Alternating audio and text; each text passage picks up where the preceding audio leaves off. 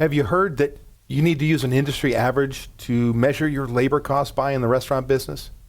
Or how about you use the same labor target every single day, yet every single month? How about I tell you those are myths that need to be busted because they're killing your profitability? How about I tell you how you fix it? Hold on 2 seconds and I'll tell you how.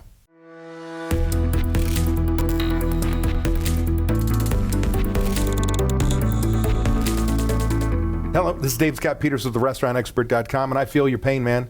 I, as a manager being brought up in this industry, was taught, here's the national average from the Restaurant Association is a 32.2% labor cost, 29.8% without taxes, benefits, insurance. And then I was told to run my shifts at 28.8. Who said that was the number? Right? It's an average. Is your restaurant average? Do you have the same style of service, same price point, same street corner, same city, same?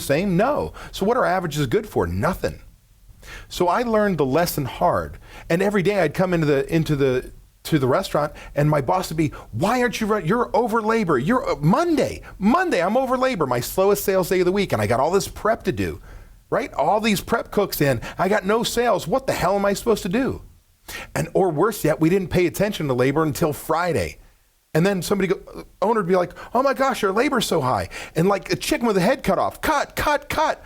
Oh my gosh, let's give poor service and log ticket times. Let's cut labor when we're busiest. Doesn't make any sense, does it?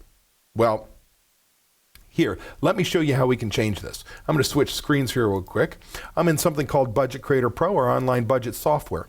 Now, I've got all my numbers in here, but what I want to show you is I'm going to scroll down to my payroll expenses, but this not total labor, something called total labor cost versus payroll expense. Up here, payroll expense is taxes, benefits, insurance, and labor. When I come down here to my total labor cost, this is just my hourly and salary numbers, no taxes, no benefits, no insurance. But look at this, 29.35% is my target for the month of July in this demo budget. It's 25.94% in August. It's 25.99, 27, 26, 27. You get the picture? Because some months, my fixed expenses, my management salaries, they don't change. So look at this. 1 month, they take up 5% of my sales. In another month, only 4.27% because they're fixed. That means in slow months, they chew up all of my money, and I've got to have minimum staffing levels. So I've got more labor dollar-wise, but I've got one cook on, one server, one manager. What else can I do? Vice versa, when I'm busy, I don't pay them anymore when I'm busier, and I reach maximum staffing levels. Now I can't add another cook to the line if my life depended on it. It's when my customers manage my efficiencies because I'm just so damn busy. So I need to know this number from my budget. Then I come over here and I'm into Smart Systems Pro, our online restaurant management solution. I'm going to go to labor cost, handles everything, but I'm going to go into the labor section itself, and I'm going to start to schedule. So now in this case, let's say I'm writing my schedule for the next week, the 6th.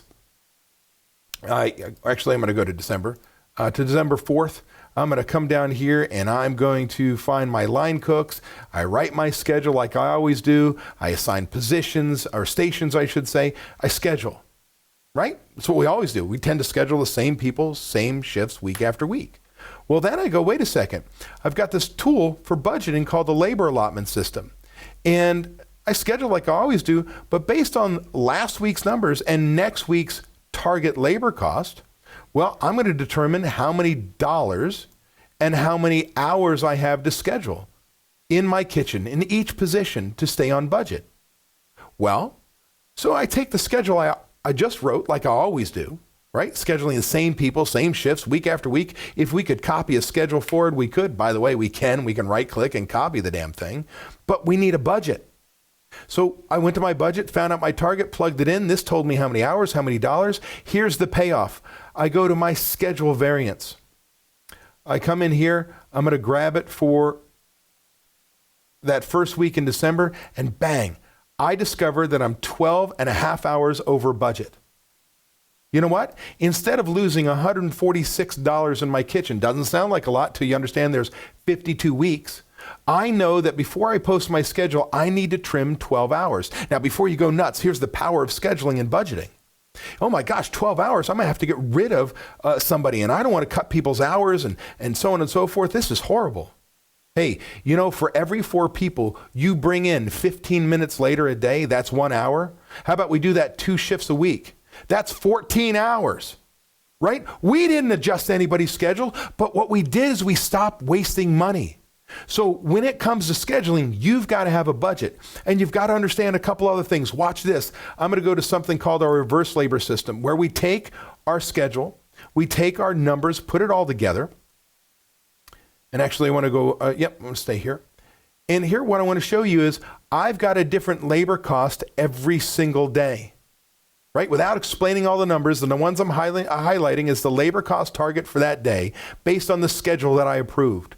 See, it doesn't matter what my labor cost is each day. If my target was a 19.3% labor target, raw labor, no management, just hourly employees for the next week, and I use the hours allocated, meaning the labor allotment told me how many hours, I adjusted my schedule, it doesn't matter that I'm going to have a day on Tuesday that I'm over budget.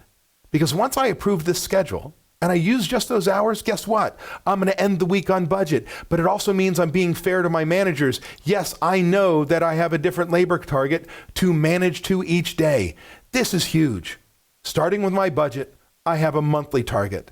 Then using some weekly budgeting systems and scheduling properly to make sure I don't use the hours, more hours than I've been allocated, I have a different labor cost by day. You want to change your bottom line. You want to control the second largest expense in your business next to an empty chair. You need to be budgeting your labor. Look, if you'd like to learn more tips and tricks just like this, do me a favor in the comments section down below. Type in what you want to learn about labor, what you need help with, and I'll make a video for you. Also, before you go, do me a favor, click on the like button if you help a guy out, and maybe subscribe. That way you'll be notified by YouTube on a weekly basis when I post these videos. Last but not least, give me 2 more seconds, and I've got 2 more videos that you might just find helpful.